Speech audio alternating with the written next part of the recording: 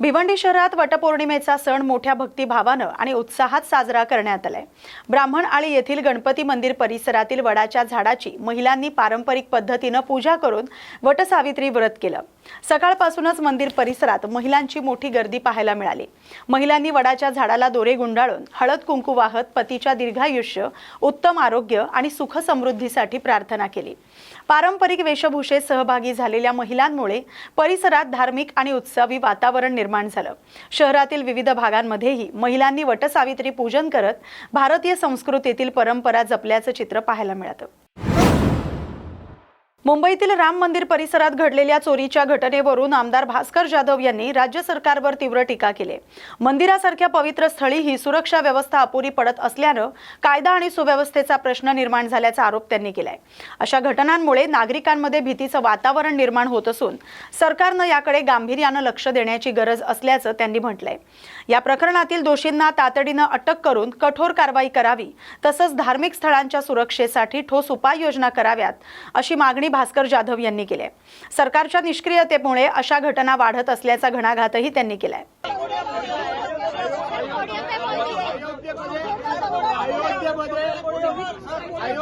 अयोध्येमध्ये राम मंदिर व्हावं या देशातल्या सर्व समाजातल्या सर्व नागरिकांची इच्छा होती आणि सर्व नागरिकांनी या राम मंदिराकरता आपली वर्गणी दिलेली आहे। तुम्ही वर्गणीमध्ये बघा, त्याच्यामध्ये हिंदू आहेत, मुस्लिम आहेत, ख्रिश्चन आहेत, जैन आहेत, बौद्ध आहेत, सर्व धर्मीय लोकांनी राम मंदिर होण्याकरता वर्गणी दिलेली आहे, हे लक्षात घ्या। मतं फक्त कोणाला देतात? बीजेपीला, पण वर्गणी मात्र सगळ्या लोकांकडनं गोळा करण्याचं काम या लोकांनी केलेलं आहे। हे मी दाव्यानं सांगतो, पुराव्यानिशी सांगतो। ज्या वेळेला 1990च्या दशकामध्ये राम मंदिर बांधण्याकरता म्हणून विटा गोळा केल्या, की ज्या गोळा करण्यामध्ये आम्ही होतो त्यांच्याबरोबर, त्या विटा पुढे गेल्या कुठे? कोणाचे बंगले झाले, कोणाची घरं झाली, त्याच्यात ही चोरी झाली। त्याच्यानंतर राम रामाच्या नावानं सत्यनारायणाची पूजा ठेवून वर्गण्या गोळा केल्या गेल्या, तेही आम्ही त्यांच्याबरोबर करायला होतो। ते पैसे गेले कुठे? त्याच्यानंतर रामाच्या नावानं घराघरातून धान्य गोळा केलं आणि राम खिचडी वाटली गेली, त्याच्यामध्येही आम्ही यांच्याबरोबर काम करायला होतो। पण त्याच्यामधून जमलेलं धान्य आणि पैसे गेले कुठे? याचा अर्थ ही जी चोरी आहे, ही चोरी 25-30 वर्षापासून सुरू झालेली आहे। आज या राम मंदिराच्या या सगळ्या न्यासामध्ये, या कमिटीमध्ये कोणाच्या विचारांचे लोक आहेत, कोणत्या संघटनेचे लोक आहेत? आता याच्यामध्ये एक जरी मुस्लिम सापडला असता तर आज या लोकांनी देशामध्ये हैदोस मांडला असता। पण चोरी करणं हा यांचा पहिल्यापासूनचाच स्थायी भाव आहे आणि म्हणून कुंपणच शेत खातंय, चौकीदारच चोरी करतायत, हे यातून स्पष्ट झालं। आणि म्हणून यांनी रामाला सोडलं नाही, हे कोणालाही सोडणार नाही।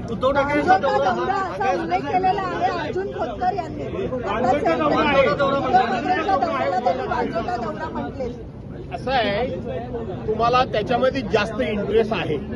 मला एक कळत नाही की इकडे तर म्हणता उद्धव साहेबांचा पक्ष संपला, इकडे तर म्हणता उद्धव साहेब घरातून बाहेर पडत नाही, इकडे तर म्हणता उद्धव साहेबांचा दौरा वांजोटा आहे। मग एवढं सगळं ज्या दौऱ्यामुळे ज्या नेत्याच्या हातात काहीच नाही, त्याची प्रत्येक पक्षातला माणूस दखल का घेतोय? याचा अर्थ उद्धव साहेब ठाकरे हे जळी स्थळी काष्टी पाषाणी विरोधकांच्या नजरेसमोर दिसतात। आणि म्हणून उद्धव साहेबांनी गेली 10 वर्ष विरोधक कितीही त्यांच्यावर टीका करू देत, पण 10 वर्षामध्ये उद्धव बाळासाहेब ठाकरेंनी या लोकांची झोप खराब केलेली आहे, या लोकांची झोप उडवलेली आहे।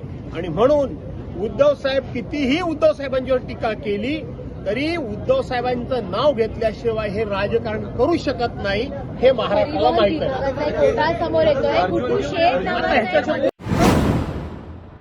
ठाणे पालघर जिल्हा मध्यवर्ती सहकारी बँकेच्या निवडणुकीत सर्वपक्षीय सहकार पॅनलनं दणदणीत विजय मिळवलाय।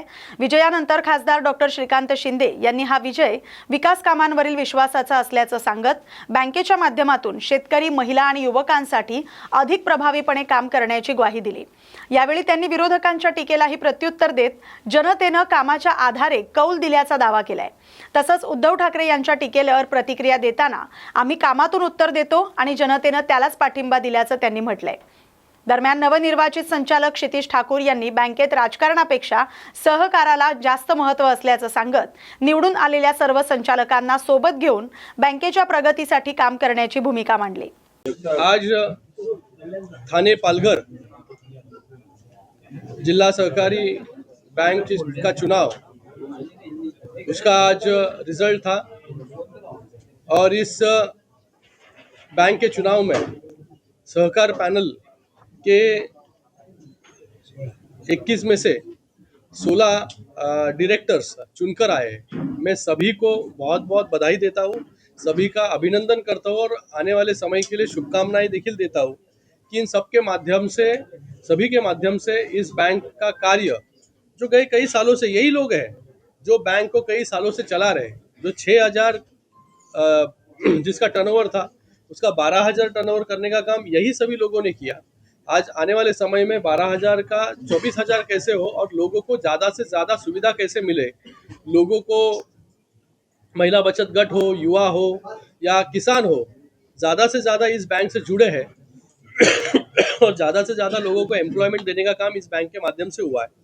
तो आने वाले समय में और अच्छा काम इस बैंक के माध्यम से होगा।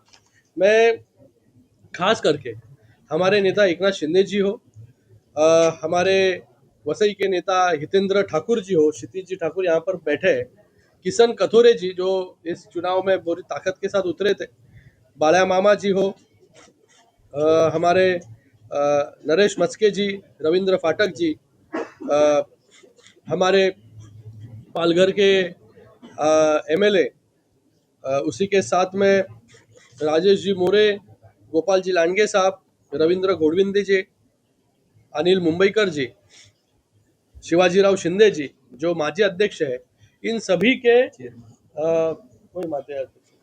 आणि त्याचबरोबर राजेंद्र पाटिल जी, सभी के अगुवाई में ये चुनाव लड़ा गया और बड़ी भारी मतों से ये चुनाव जीता गया। 21 में से 16 डायरेक्टर्स यहाँ पर चुनकर आए जो यहाँ पर सभी उपस्थित है। तो एक बड़ी जीत इस चुनाव में सहकार पैनल की हुई है। तो आने वाले समय में अच्छा काम सहकार पैनल के माध्यम से ये सभी संचालक इन सभी नेताओं के अगुवाई में करेंगे। उपमुख्यमंत्री एकनाथ शिंदे यांनी विरोधकांवर जोरदार टीका करत शिवसेनेत सुरू असलेल्या पक्ष प्रवेशाचं स्वागत केले। खासदार भाऊसाहेब वागचौरे यांच्यासह विविध पदाधिकाऱ्यांच्या प्रवेशावेळी बोलताना शिंदे यांनी ठाणे जिल्हा मध्यवर्ती सहकारी बँकेतील विजयाबद्दल कार्यकर्त्यांचं अभिनंदन केलं। तसंच मातंग समाजाच्या प्रश्नांवर लवकरच सकारात्मक निर्णय घेण्यासाठी बैठक घेण्यात येईल असं आश्वासनही दिले। यावेळी शिंदे यांनी उद्धव ठाकरे गटावर तीव्र शब्दात टीका करत ही शिवसेना नसून शिव्यांची सेना झाली असा घणाघात केलाय। महायुती सरकारचं ध्येय सत्ता नव्हे तर सर्वसामान्यांना न्याय देणं असल्याचं सांगत महाराष्ट्रात शिवसेना झपाट्यानं वाढत असून ती राज्यातील दुसऱ्या क्रमांकाचा पक्ष झाल्याचा दावाही त्यांनी केलाय। डोंबिवलीतील पेंढारकर कॉलेज परिसरात एका तरुणाला नागरिकांकडून मारहाण करण्यात आल्याची घटना समोर आली। त्याचा व्हिडिओ सोशल मीडियावर व्हायरल होतोय। प्राथमिक माहितीनुसार संबंधित तरुणाचा एका पोलीस कर्मचाऱ्यासोबत वाद झाला होता आणि त्यानंतर त्या तरुणानं पोलीस कर्मचाऱ्याला मारहाण केल्याचा आरोप करण्यात आलाय। या घटनेनंतर परिसरातील काही नागरिकांनी संबंधित तरुणाला मारहाण केल्याचं सांगितलं जाते। दरम्यान या प्रकरणाची दखल घेत मनपाडा पोलीस संपूर्ण घटनेचा तपास करतायत। व्हायरल व्हिडिओचीही पडताळणी केली जाते। तपासानंतर पुढील कायदेशीर कारवाई केली जाणार असल्याची माहिती समोर येते। भिवंडी शहर आणि ग्रामीण भागात 4 दिवसांच्या विश्रांतीनंतर पावसानं पुन्हा दमदार हजेरी लावली आहे। मुसळधार सरींमुळे वातावरणात गारवा निर्माण झाला असून उकाडा आणि दमट हवामानापासून नागरिकांना मोठा दिलासा मिळालाय। ग्रामीण भागातही पावसानं चांगली हजेरी लावली आहे, त्यामुळे पावसाच्या प्रतीक्षेत असलेल्या शेतकऱ्यांमध्ये समाधानाचं वातावरण आहे। मात्र धरण क्षेत्रात अद्याप समाधानकारक पाऊस न झाल्यानं शहरातील पाणी कपात कायम असून धरण परिसरातही जोरदार पाऊस होऊन पाणी साठ्यात वाढ व्हावी अशी अपेक्षा आहे। रात्री अवघ्या अर्ध्या तासाच्या मुसळधार पावसानं कल्याण आणि उल्हासनगरमध्ये जनजीवन विस्कळीत झालंय। कल्याण पश्चिमेतील नवनाथ नगर परिसरात पावसाचं पाणी थेट घरांमध्ये शिरलं, त्यामुळे नागरिकांना मोठा त्रास सहन करावा लागला। महापालिकेच्या नालेसफाईच्या दाव्यांवर या घटनेनंतर पुन्हा एकदा प्रश्नचिन्ह निर्माण झाले। उल्हासनगरमधील अमन टॉकीजसह रोडवर अनेक भागांमध्ये रस्ते पाण्याखाली गेले। काही मिनिटांच्या पावसामुळेच वाहन चालक आणि पादचाऱ्यांना साचलेल्या पाण्यातून मार्ग काढावा लागला। या प्रकारचे व्हिडिओ सोशल मीडियावर व्हायरल होत आहेत। नागरिकांनी महापालिकेच्या पावसाळी पूर्वतयारीवर तीव्र नाराजी व्यक्त केली आहे। नवी मुंबईत अचानक आज पावसानं दमदार हजेरी लावली आहे। शहरातील वाशी, तुर्भे, नेरूळ, बेलापूर आणि पनवेल परिसरात मुसळधार पावसामुळे वातावरणात गारवा निर्माण झाला। थंडगार वाऱ्यांसह झालेल्या पावसामुळे उकाड्यानं त्रस्त नागरिकांना मोठा दिलासा मिळालाय। मात्र जोरदार सरींमुळे वाशी आणि तुर्भे परिसरातील काही सखल भागांमध्ये काही काळ पाणी साचल्याचं चित्र पाहायला मिळालं। तर बेलापूर, नेरूळ आणि पनवेल परिसरातही पावसाचं दमदार आगमन झालं। पावसामुळे वाहतुकीचा वेग काहीसा मंदावला होता। भिवंडी शहरात रात्री झालेल्या मुसळधार पावसामुळे जनजीवन विस्कळीत झाले। शहरातील अनेक सखल भागात गुडघाभर पाणी साचल्यानं नागरिकांची मोठी गैरसोय झाली। आमपाडा परिसर आणि खंडूपाडा परिसरातील रस्ते जलमय झाले, तर शांतीनगर भागातील काही घरांमध्ये पावसाचं पाणी शिरलं। प्रभू अळी परिसरात एका इमारतीची सुरक्षा भिंत कोसळली। सुदैवाने या घटनेत कोणतीही जीवितहानी झाली नाही। सध्या पाऊस थांबल्यानं पाण्याचा निचरा झाला असला तरी काही तासाच्या पावसातच भिवंडी महापालिकेच्या नालेसफाईच्या दाव्याची पोलखोल झाल्याची टीका नागरिकांकडून केली जाते। या बातमीसोबतच मुंबई बुलेटिनमध्ये आता इथेच थांबतोय। अशाच महत्त्वाच्या बातम्यांसाठी पाहत राहा न्यूज मराठी 24/7।